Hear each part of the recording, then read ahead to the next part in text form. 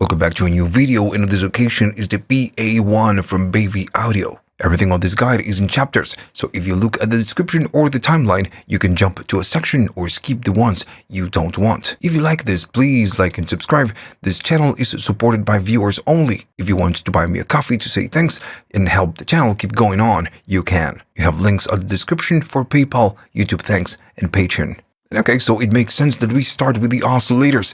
Now, right here at the top, if you click this icon, you can always start with a default patch. You have two oscillators, the 1 and the 2, and the X fade will decide which oscillator you're using, or if you use a blend of both oscillators when you are right at the center, or maybe if you go to the oscillator 2. In terms of waveforms, the oscillator 1 can do a triangle, which is not a perfect triangle, but that's fine. Then you get a saw, then you get a square, then you get a pulse, and then you get pulse width modulation. When you are in pulse width modulation, you can move the speed to control how fast the modulation is. As you go up, it will be more noticeable. Like I said before, the fade controls the combination of both oscillators. If I go to the other side, I stay only on the oscillator 2. The oscillator 2 is the same, can generate the same triangle, saw, then square, then pulse. But now we don't have pulse width modulation. What we get is just noise, and it's just like pink noise. It's not white noise. I'm gonna go back to the oscillator 1 and we're gonna talk about the range and the pitch, because there are some things right here that you need to know. I'm gonna go to a triangle because it's just, easier to hear. If I go here, you have the range control, which makes sense, 4, 8, then 16, and 32s, which is fine. Now then, you have the pitch control, and on this one you can go 1 up, and you can go 1 down. You're gonna go up in frequency, you're gonna go 1 on, 1 up, and then 1 down. And again, all of this is just very understandable. If you double click, you go back to default values, and when you're standing on a different waveform, the speed is disabled. Double clicking is going to go again to defaults. If I go to the oscillator 2, you have almost the same controls. I'm going to go to a triangle, you have the same ranges or range. And then you have the pitch, which is exactly like this one. It's just the same. You can go 1 up, 1 down. If I double click, goes back to the center. But right here you have the oct and the fine tune, which means that if you're in fine, it's going to be 1 up or 1 down, you're fine tuning. But then if you go to octaves, this is different. You can go up in semitones up to 1 octave up or 1 octave down. Now, how this synthesizer works is that you're using both oscillators, and I'm going to do so right now. I'm going to choose something different for both oscillators. Maybe I'm going to go to, I don't know, a square. I'm going to change the frequency on this one. I'm going to go maybe lower. And I'm going to choose maybe going to go, there we go. That's a little bit better. So I'm going to go to fine, and I'm going to double click to be at the center. If I change the fine, the pitch of the oscillator 1, we are listening both oscillators. But when I change this one, that is, it changes the pitch for both oscillators. So the pitch or the frequency of the oscillator 1 is really connected to the oscillator 2. If I only use the oscillator 2 and I move this control, we can hear the pitch changing. If I change the range, it will not affect it, but it only gets affected with the pitch. So this is something that you need to, be aware. Because if you're using both oscillators and you want to do something else with this one, well, it will not work. Now, if I go to the oscillator 2 and I change the pitch, you get something more atonal because you're changing the oscillator 2 alone. So if you go into octaves, you can create intervals because the oscillator 2 will not affect the 1, but the 1 will affect the 2.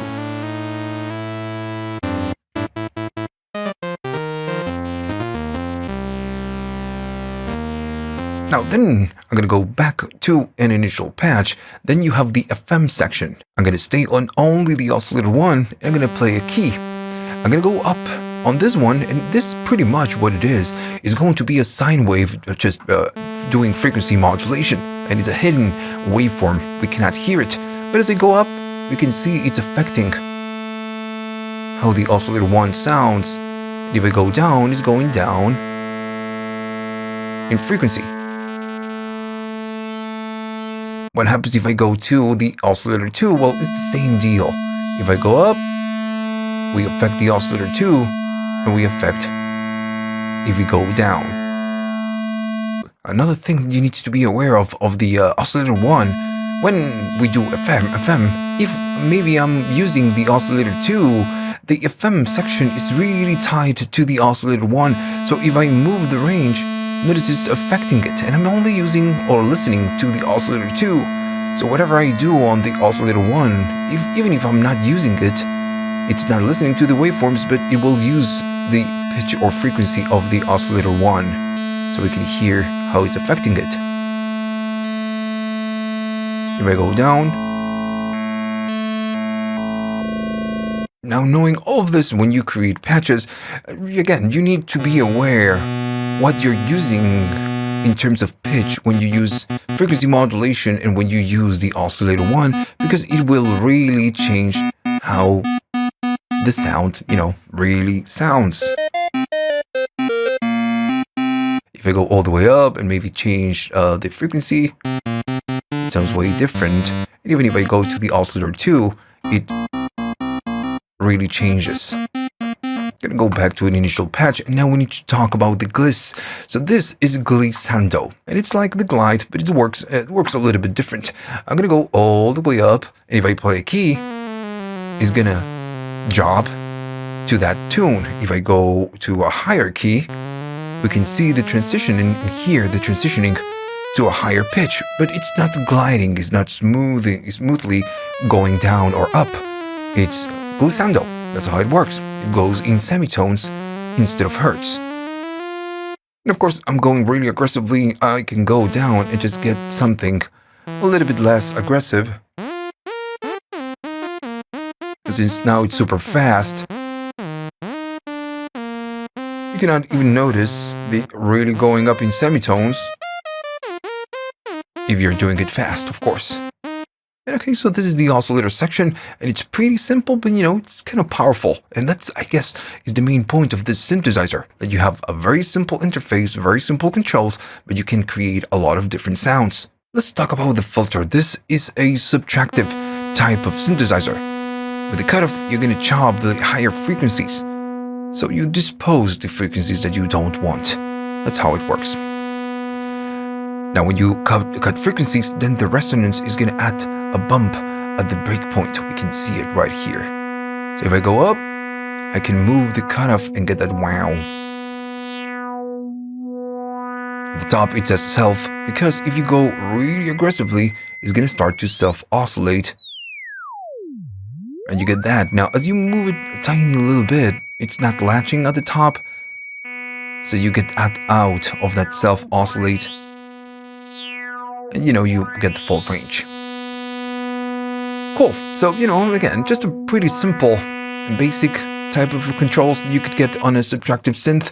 Then you have your key, and then you have your envelope. Just like any subtractive synthesizer, you can use this control, to use it as an instruction to modulate the cutoff up or down when we play a key.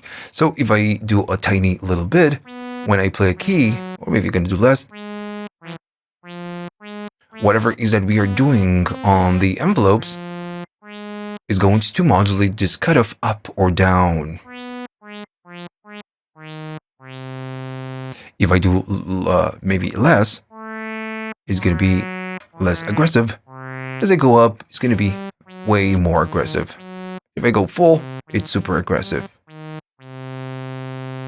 Now, if you maybe you're starting and you don't understand how an ADSR works, don't worry, I'm going to give you an ADSR 101 in a minute. Now, the next thing is going to be the key control. And again, this is a control that you get in most synthesizers. I'm going to be doing maybe some resonance, and I'm going to chop almost to 50%.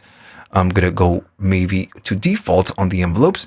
And now, if I play a key, it's going to sound like that. And if I play a low key, it's going to sound like that. So I'm playing a higher key and a low key. Now, the higher key, it sounds pretty dark because I'm cutting a lot of frequencies. It makes sense cutting the high frequencies. So when the keyboard control is on, is going to scale the cutoff so we can hear the higher frequencies. Notice that now it's way brighter. And if I go to lower keys, notice it's different. So when this is on, it's going to scale and move the cutoff. I'm playing higher frequencies, the cutoff is going to open a little bit more so we can hear the high frequencies. And if we are playing low frequencies, it's going to open a little bit less so we hear a little bit less of the lower ones. And all of this, depends on what you want to use. If you want to create a synth keys type of sound, maybe on is a good idea. Maybe you're creating a bass patch, well, maybe you can use off. And don't worry about the scaling of the cutoff. But all of this depends on, what you want to do. You could create maybe a keys patch that it's just not scaling the cutoff, so you can keep it a little bit more consistent when you play different frequencies. In terms of envelopes, you have the common ADSR type of envelope. I'm gonna give you a 101 in a minute, but this is if you already know what it is, it's just an ADSR. Right here, the only difference is that with the attack, if this is off, you just go in values. You don't see the times right here, which is a shame, but you get only values for all the different controls, and then you can sync it. Now, when you sync, it will go right here with the attack and select, you're going to sync it to your DAW tempo. So it goes in divisions. So this is actually something pretty cool. It's a lot more controllable if you really want to sync whatever it is that you're doing. Now, if you go to the other ones, on the other ones, you don't get a sync. You just get normal values. I'm not really sure syncing the values according to, whatever you have on the attack. But, you don't get it. You only get it for the attack, I assume.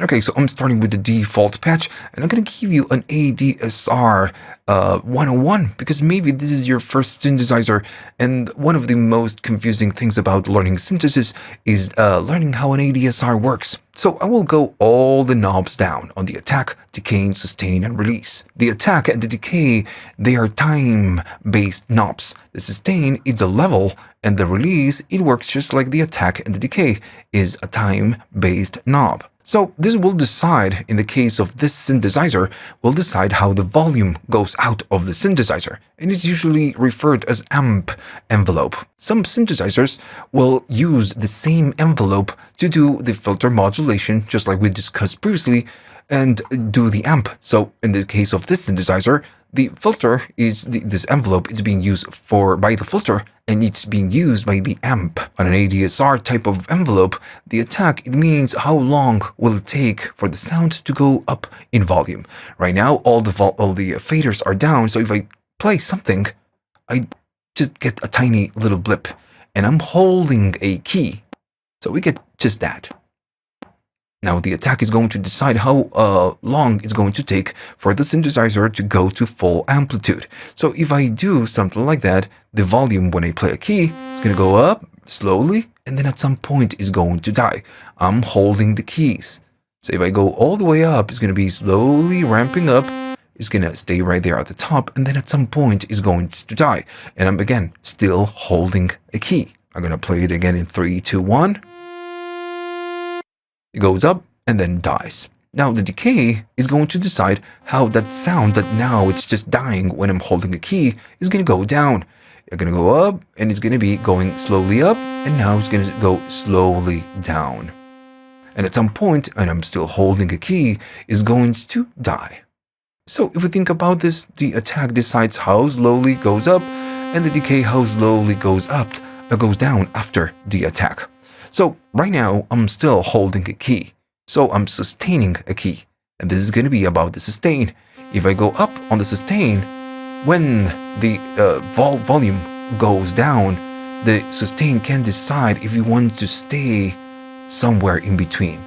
So maybe I want the sound to go up, then go down and sustain at some point right here. I'm going to play it in 3, 2, 1.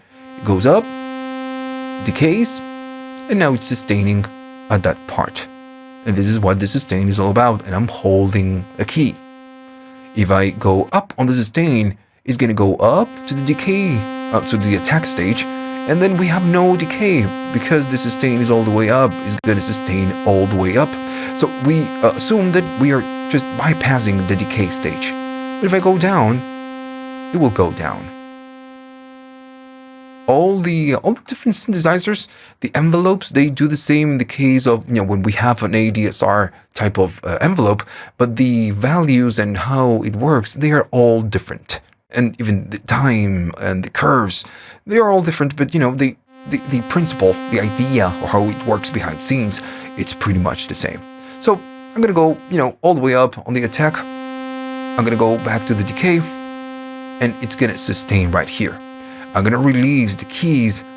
I'm holding one key in 3, 2, 1, and the sound will die instantly. So the release is going to decide how long will the sound take to go to full silence. And it works just like the attack and the decay. It's a time-based control. So I'm going to be doing maybe some sustain, and I'm going to be going to release. I'm going to play it, maybe less sustain. I'm going to play it in 3, 2, 1. The sound goes up to the attack, goes down to the decay stage. It's going to sustain because I'm holding a key, and I'm going to release it in 3, 2, 1.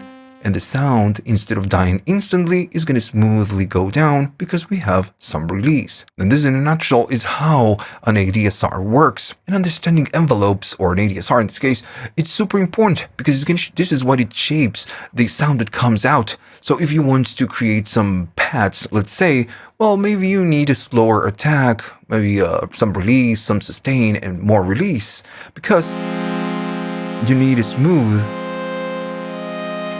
type of sound.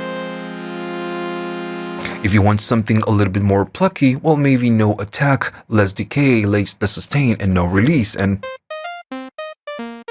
you get more, something like that. If I go up on the sustain, the keys are gonna sustain, so this is more suitable for a lead. And also remember that we use the envelopes to shape or to move the cutoff. So if I wanted, again, some nice keys, maybe I can go a little bit of decay, a little bit of attack, and a little bit more of release. And this will give you that movement that we want. I'm going to go up on the resonance and do more modulation.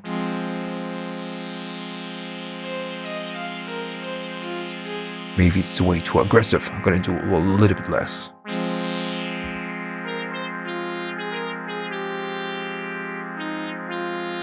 We get that vintage type of sound. So understanding envelopes, it's just, one of those things that you really need to master if you are learning synthesis. Okay, so back to an initial patch. Now we need to discuss what the LFO can do. And the LFO is just a pretty simple LFO. We cannot do a lot. We have one single source, one single LFO, which is going to be a triangle. And the destination, we have two destinations. In this case, is target. So we can target the filter or the oscillator 1, and this is talking about the frequency, pitch. So if I play something and I go up in the amount, we're going to be doing more LFO. And in this case, I guess we are modulating the filter. So I'm going to be going down, adding a little bit of resonance, and we can hear that. We can hear it. Now the speed can go from slow all the way to a lot faster. You can click this button and sync it to your DAW tempo. I'm gonna unsync it for now. And again, just like I said before, less amount is gonna be less aggressive, more amount is gonna be more aggressive. Now the other destination is gonna be the pitch. So now it's modulating the oscillator 1. What happens if I go to the 2? Well, this is only will modulate the oscillator 1, not the 2. Still, if I go to 50%, we get, modulation on the 1, but not on the 2. Now, if I go here, remember that this is the speed, and then we have the amount. And one of the things that we do the whole time, or you usually get on a synthesizer by default, is that when you play a key, you get that pitch vibrato. And this is what it is. In this case, it's just pitch vibrato. Now, on the new version of this plugin, they added a fade, another faux fade. this is what it will do. It will make the LFO fade after we play the key. So right now, as soon as I play a key, the LFO starts instantly. But if I go up on the fade and I'm going to go all the way up, I can play a key. And notice that we don't get an LFO. And it's because I'm just pressing and releasing the keys. I'm playing very staccato. If I play and hold the key, it will fade in the LFO and the pitch. So this again works like a pitch with the mod wheel when you're trying to do vibrato. So if I play something, we are never going to get that vibrato, only when I'm holding.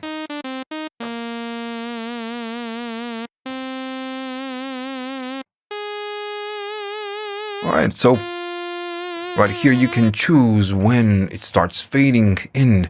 Of course, I'm going all the way up, but we can make it faster.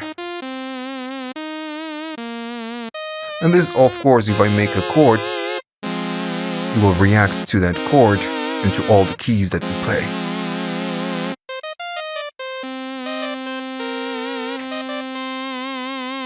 Coming up next is the sidechain. As you know, one of the things that we do the whole time is to duck the synth volume with a sidechain, maybe with a kick. And this is, the idea of this control. If I play something, I'm going to go down, so it's just easier to hear. As I go up, that is what happens. It goes up and down in volume. And this is what it does. It's going to go up and down in volume. Now, can you, and I'm going to go to maybe lower frequencies, can you change how fast or how slow it goes? No, it's locked to 4/4. You cannot change the resolution. If you change the tempo of your session on your DAW, well, it will go faster because, it's adapting to 4/4 or whatever tempo, but you cannot change the resolution. What you can change is the routing. Right now, it's using the main routing, which is the internal, but you can listen to an external sidechain if your DAW lets you do this. You can have it react to something else. Now, then you have the pre and the post. By default, right now, this sidechain, what it is going up and down in volume. If you think about this, this is a tremolo effect or type of effect. So if we go to some chorus and some reverb and some delay, if we go up and down in volume, it will affect how it goes to the different effects. And in this case, it's going to be pre, so the going up and down in volume will go into the effects section and not after the effects section. But if we choose post, now, notice it's a little bit different. We are going up and down in volume for all the chain. So it's like putting this sidechain section right here, where the battery section is. We are going up and down in volume for the whole synthesizer, everything that comes out. If I do before, there's the reverb and the chorus and everything else sounds very different. Alright, so this is what the sidechain can do. And I'm recording this. I recorded twice because they released a new update. So, I'm recording the latest version of this plugin. And one thing that I guess they added some few cool things, but I wish we could maybe select a couple more waveforms and maybe change the divisions of the sidechain and not have it locked to 4/4. And okay, so back to an initial patch. Now it's time to talk about the tone. If I play maybe a chord, the tone works just like a tilt EQ. Just pretty much that. We have a dark and we have a bright. If I go up on the dark, it's going to boost the lower frequencies and attenuate the higher frequencies. If I go to the other side, is the other thing around. It lowers the lower frequencies and it's gonna boost this section, the higher ones. Now with the high, it's the same idea. If I go up on high, it's gonna boost the high, lower the lower frequencies. If I go down, it's the same thing than before, but backwards. It's gonna boost the lows and duck the higher ones. So you can do something like this and be more aggressive, getting more dark, less bright, or more bright, and a lot of less dark.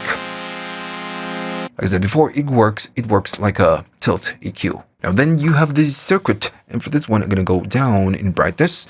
So if I play a key, we have kind of a saw, You have the circuit, which is the default or the original, an emulation of the original drive that you get on the original unit. Going up, you're adding saturation. Notice we are going from a saw to almost a square. Now, if I go to the other one is overdrive, and it's a little bit more aggressive. And you can see it right here, the oscilloscope. So it's just two different flavors of crushing the sound. They really sound different.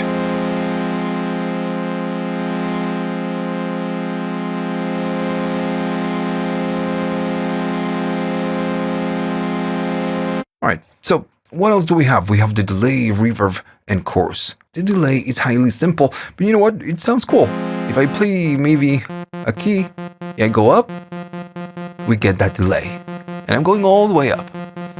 The only thing we can change from this delay is going to be the length, which is the delay time. As we go up,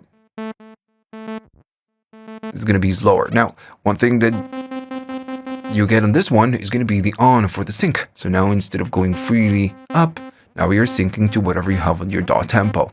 And I guess, it makes sense. Now, notice that you don't have a feedback. You just don't. You don't have a feedback.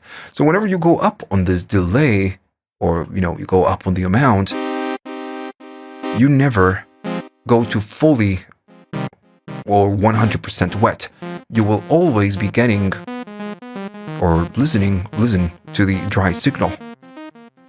So even if you go crazy all the way up, it's always, sounds good. Then you have the reverb, and this works just like the delay. If you go up, it will always sound good. The length is like the decay, so if I go up, it's going to be just a larger ambient. But again, just like the delay, it will always sound musical.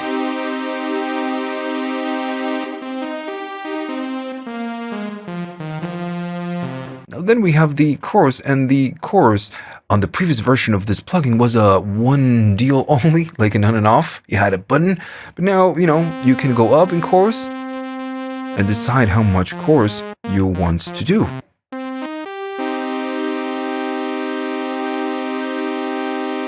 I guess, this is way better than the previous version. Just adding delay and reverb, maybe a little bit of tone and just drive, just gonna make everything better.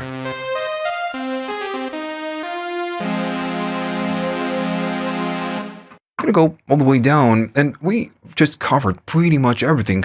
Now on the new update that we got, you have the chaos. So the chaos, what it will do, it will take the algorithms that you get for the whatever it is that you're doing, for the reverb and the chorus, and it will just mess with the algorithms. So as you go up, it's introducing detuning, and it's making the chorus work really crazy, and the reverb as well. So now you can create wild sounds, let's say. If I go all the way up,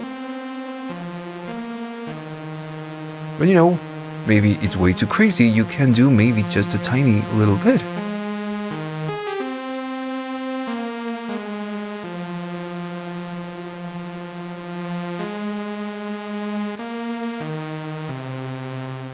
Alright, so I'm going to go back to an initial patch, and now we need to discuss this one, the battery. So this, what it does, if I play something, maybe I'm going to do a chord, I'm going to go down.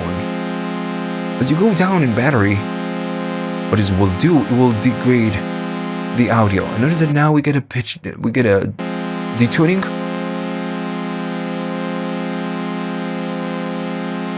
If I keep going down, at some point, it's going to start, you're going to get more compression, and it's going to keep degrading until it sounds like crap. It's because, this is emulating what happens if we have low batteries, if you're using it with batteries. Now it sounds weird. Now, if you have a pedal, an effects pedal, a guitar pedal, when you use it in batteries, it sounds great when the batteries are full. But when the battery's dying, it sounds crazy. Well, this emulates that, right? So now, in my opinion, you can use it right here to get that detuning, that vintage vibe that you cannot do just simply with the synthesizer, with the other controls, but you can do it with this one. And if you go down, it sounds a little bit darker, so it's more vintage. It is.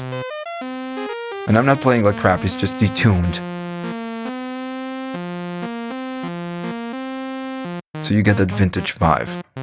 Cool. What else do you have right there at the left side? You have the speakers. So you can emulate having this synthesizer or maybe recording the synth from the speakers or some small speakers. But then again, all of this just, like the battery, you can get that low vintage, vintage lo-fi type of sound. Now then you have the regen. This one is a random patch generator. If I click it, and this actually is quite good. If I click this, you get a random patch. It's generating behind the scenes. It's not picking a patch from the list. So if I click it again, it's a usable sound. If I click it again, it sounds cool. If I go to the next one, sounds cool. If I go to the next one, maybe it's a bit too much, but they sound good. So one thing that this plugin can do is to regenerate a good patch, good sounding patch. Usually with plugins or even hardware synthesizers, when you try to generate a random patch, you always get something crazy, right? So 7 out of 10 is going to be an unusual sound, and then you get 3 good sounds. Usually that's fine. But this one, every time that you regenerate something, it sounds cool. Now then at the top you have the other controls. These ones are important. You can change the colors if you must. I like the black one. And then at the top you have polyphonic. So right now it's poly, or you can do it mono. Right? Then right here you have the velocity. Right now it's off because I'm talking and playing at the same time, so I don't have to worry about the velocity. But if you have it on, if I play it soft, it's going to be low in volume. If I play hard, is affecting the amplitude of the synthesizer with our velocity. Then you have the CC, right? So all the plugins give you this. And now on the new version, you have an arpeggiator. And it's a very simple arpeggiator. I'm gonna just turn it on. You only have a couple of options. If I play this, it's gonna start the arpeggiator. The speed decides how fast you go. And right now, if you take a look at the screen, it's synced. But you can unsync it if you must. You have only 3 different shapes, which is going to be up, or you can go down, up, down, and then you have up and down. Makes sense. You can also go into octaves, which is going to be repeating the same thing that you're playing 1 octave up or 2 octaves up. And then you go back to your, standard, the octave where you're playing. Okay. So that's it. If you turn it off, it's going to go off. All right. So that's pretty much the whole plugin. The other thing is that they just reshaped the preset menu. And right now it just looks pretty good. On other versions of the Baby Audio universe, the preset manager is just, it's just not good, not enough. But right now, I guess they are doing a good job. This one looks and works pretty good. If you liked all of this and you learned something new, remember to like and subscribe. And this channel is supported by viewers only. If you want to buy me a coffee to say thanks and help the channel keep going on, you can. You have links at the description for PayPal, YouTube thanks, and Patreon.